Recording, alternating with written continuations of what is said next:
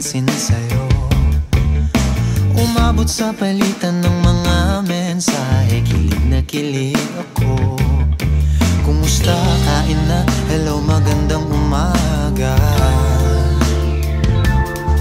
Ingat ka, pahinga, huwag kang masyadong magpupuyat pa. Naramdaman ng puso na dahan-dahan na pong nahuhulog sa'yo. Sa kada araw natin na pag-uusap, meron nang namumuo.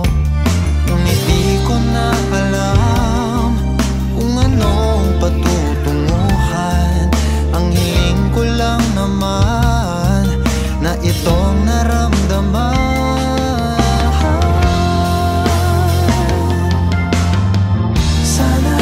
Sana naman ay mapagbigyan na at nang mapakinggan ang tibok ng puso kong sa'yo lang naramdaman ng tunay na kaligayahan.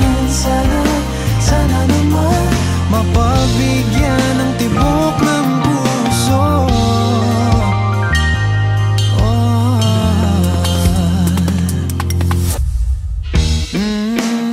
Ngunit biglang katahimikan, wala namang matandaan na nasabi baka sakaling ika'y aking nasaktan. Bigla na lamang ika'y di nagparamdam. Ako ba'y pinagsawaan o may ginagawa?